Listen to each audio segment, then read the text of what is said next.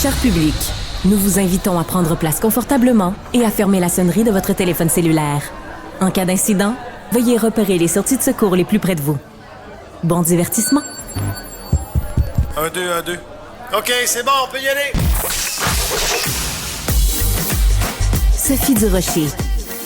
Elle met en scène les arts, la culture et la société. Une représentation pas comme les autres.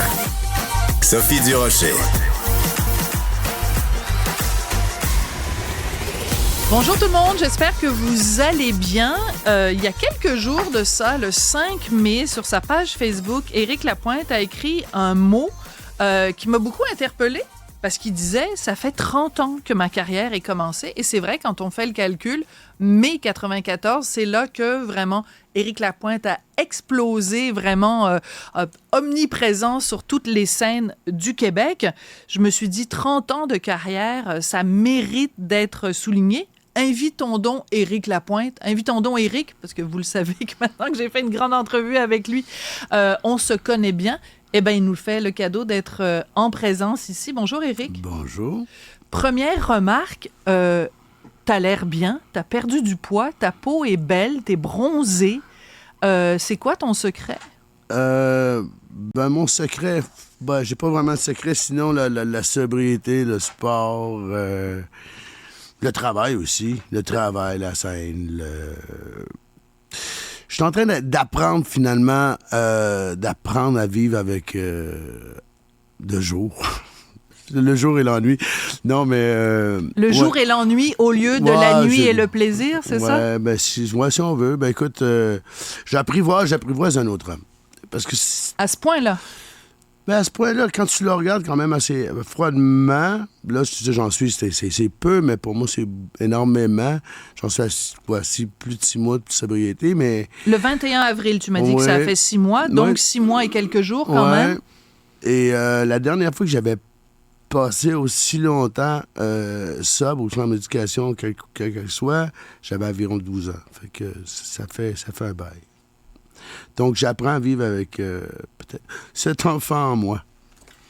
Parce que quand on a fait cette fameuse entrevue qui avait été diffusée à TVA en janvier, on avait parlé de ça, du fait que tu avais commencé à boire et à consommer très tôt. Ouais. Donc, la dernière fois que tu as passé autant de temps sans alcool, tu avais 12 ans. Et là, 6 mois, tu me dis, c'est pas beaucoup, mais pour toi, c'est énorme. Chaque jour, on le sait pour les alcooliques, chaque journée est une journée conquise. Donc, 6 mois, c'est énorme, Éric. Il n'y a jamais rien d'acquis. Je serai alcoolique et jusqu'à la fin de mes jours. C'est ça que... Mais j'apprends à vivre ça, puis... on va dire, pour moi, pour les enfants aussi, mes enfants apprécient énormément. Énormément, puis ils ne se gênent pas pour me le dire. Comment ça se traduit en mots? Est-ce qu'ils te disent le mot fier? Ils sont fiers de toi? À leur façon, oui. À leur façon. Puis, tu vois, j'ai un ami qui est venu à la maison, justement, ça a concordé, le 6 mois, ça a concordé avec l'anniversaire, les 12 ans de mon plus jeune. Puis son party d'anniversaire, puis il y a son parrain qui est venu à la fête, puis il m'avait amené un jeton en haut de 6 mois. Wow. Puis il a fait un gros speech, il était en lui-même alcoolique, il a fait un gros speech devant toute la famille puis les enfants, puis ça a donné un moment émouvant, puis je voyais dans les yeux de mes enfants qui étaient extrêmement fiers. Parce que c'est le plus beau cadeau qu'on peut faire à ses enfants, de redevenir soi-même. Ben, ça change la vie dans le sens que j'étais toujours présent. J'étais là, mais j'étais pas là. Oui. Ah, c'est vrai. J'étais là, j'étais présent physiquement dans la maison, mais je fuyais mes enfants à même ma maison, tu sais. Je m'enfermais dans mon studio. Et là, on a une super belle relation. Tout un beau petit trio. Parce qu'il y avait le Éric Lapointe sous effet. Et quand on est sous effet de l'alcool et autres, on peut pas vraiment être un père présent, on peut pas vraiment être à l'écoute, on peut pas prendre soin de... On peut pas prendre soin de quelqu'un d'autre si on prend pas soin de soi-même. Exactement. Ben ouais, c'est pas mal ça. En tout cas, là, pour l'instant, tout se passe bien. Je suis content. tout semble rentrer dans l'ordre. J'ai bel été qui s'en vient, ben de la tournée, ben des shows, le public est au rendez-vous partout. Je suis fier du dernier album, plein de projets sur la table. Puis, écoute, je regarde en avant. Tu regardes en avant, mais je me souviens, quand on a fait la fameuse entrevue, évidemment, on s'est parlé pendant 3 heures, ils ont gardé 45 minutes, mais à un moment donné, il y a un bout qui a été coupé. Et tu me disais que ça te faisait de la peine. Ça faisait 4 ans que tu n'avais pas fait la Saint-Jean, alors que Éric Lapointe a toujours été indissociable de la Saint-Jean. Est-ce que tu fais la Saint-Jean cette année? Ah, écoute, malheureusement, j'étais booké pour la Saint-Jean. J'étais booké pour la Saint-Jean dans le Vieux-Port à Chicoutimi.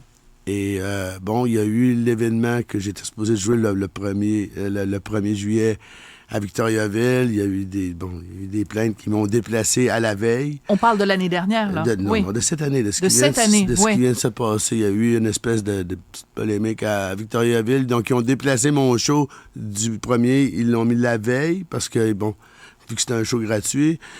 Et ça a fait boule de neige sur Chicoutimi. Donc, je joue le 22 dans le Vieux-Port à Chicoutimi et non pas le 23. Je sais pas qui va me remplacer. Mais la grosse Saint-Jean, soit celle de Montréal, soit celle de Québec. Je suis pas rendu là encore. T'es pas rendu là. Mais en tout cas, ils m'ont pas invité. Alors, j'aurais adoré parce que, en plus, je sais qu'ils vont assurément souligner le décès de M. Ferland. Et j'aurais vraiment aimé ça faire partie de ces spectacles-là.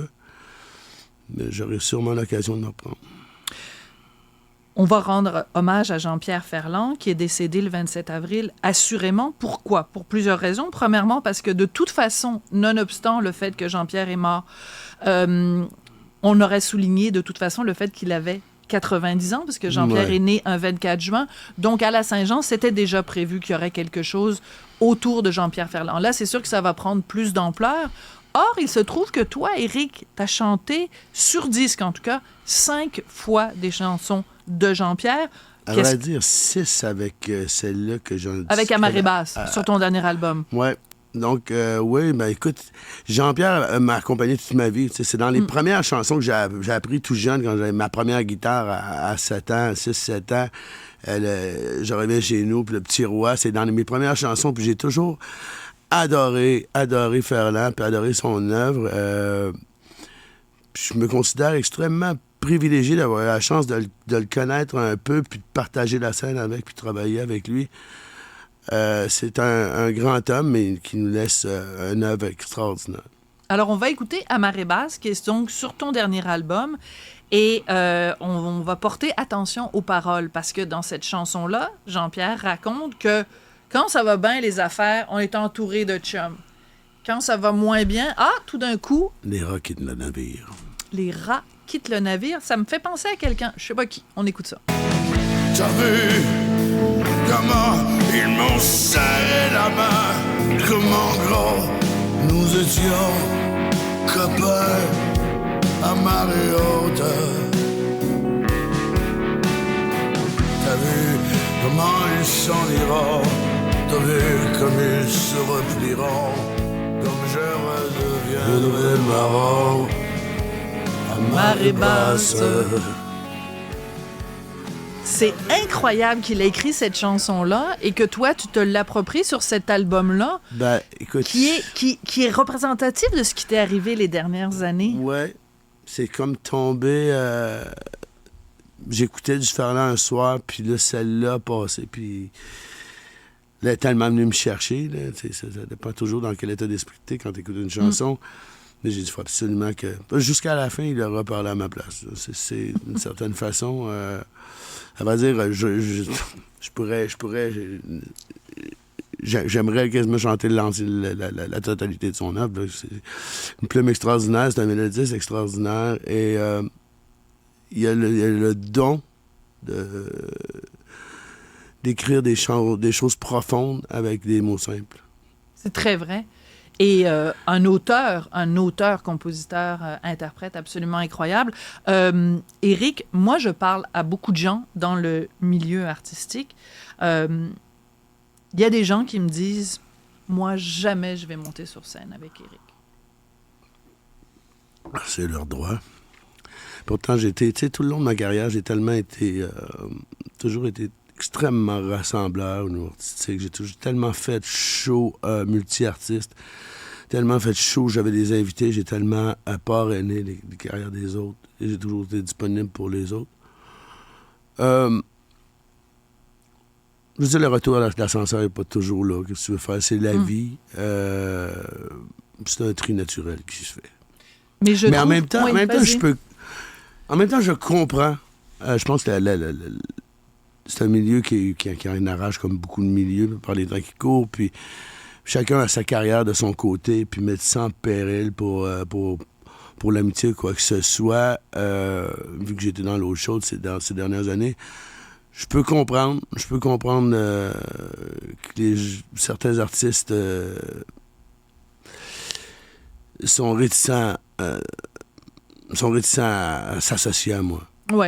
Mais moi, je pense qu'on peut lancer ça dans l'univers. Je crois pas beaucoup à ces affaires-là, mais je pense qu'on peut lancer l'idée que pour la réhabilitation et la réintégration d'Éric Lapointe, après 4 ans, après avoir plaidé coupable, avoir eu l'absolution, etc., après avoir fait tes excuses et tout ce que tu as fait, je pense que revenir à la Saint-Jean, et pourquoi pas chanter une toune de Ferland, puisqu'on va rendre hommage à Jean-Pierre, et pourquoi pas chanter à marée basse? Il me semble que ce serait boucler la boucle d'une certaine façon. Ben écoute, je le ferai le 22 dans mon show, absolument, oui. Mais je te dis, c'est pas parce qu'on n'a pas fait des approches.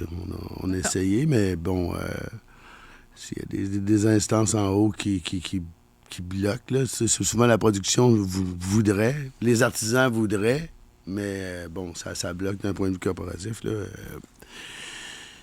Ben écoute, il faut laisser le temps faire les choses. Je suis sûr, c'est sur les derniers événements, j'ai plus rien à dire. Je pense qu'avec tout, tu m'as donné un sérieux coup de main là-dessus, puis je lui ai dit tout ce que j'avais à dire là-dessus, puis je pense que l'entrevue qu'on a fait ensemble, tout était clair, les événements sont... J'avais déjà fait mon mea culpa devant la justice, là, je l'ai fait publiquement, ça m'appartient plus, là, rendu là.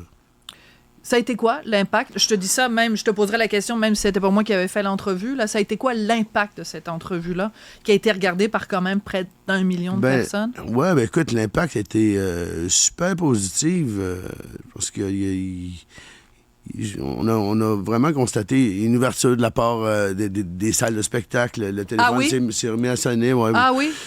Il y a beaucoup de shows qui se sont bookés par la suite. Puis évidemment, le public est au rendez-vous. Donc, on fait les shows, puis on annonce tout de suite des supplémentaires. Puis, c'est le fun, mais tout n'est pas encore revenu à la normale, mais c'est en bon chemin. On va prendre une petite pause, puis on va continuer la deuxième partie de cette entrevue avec toi, Éric Lapointe.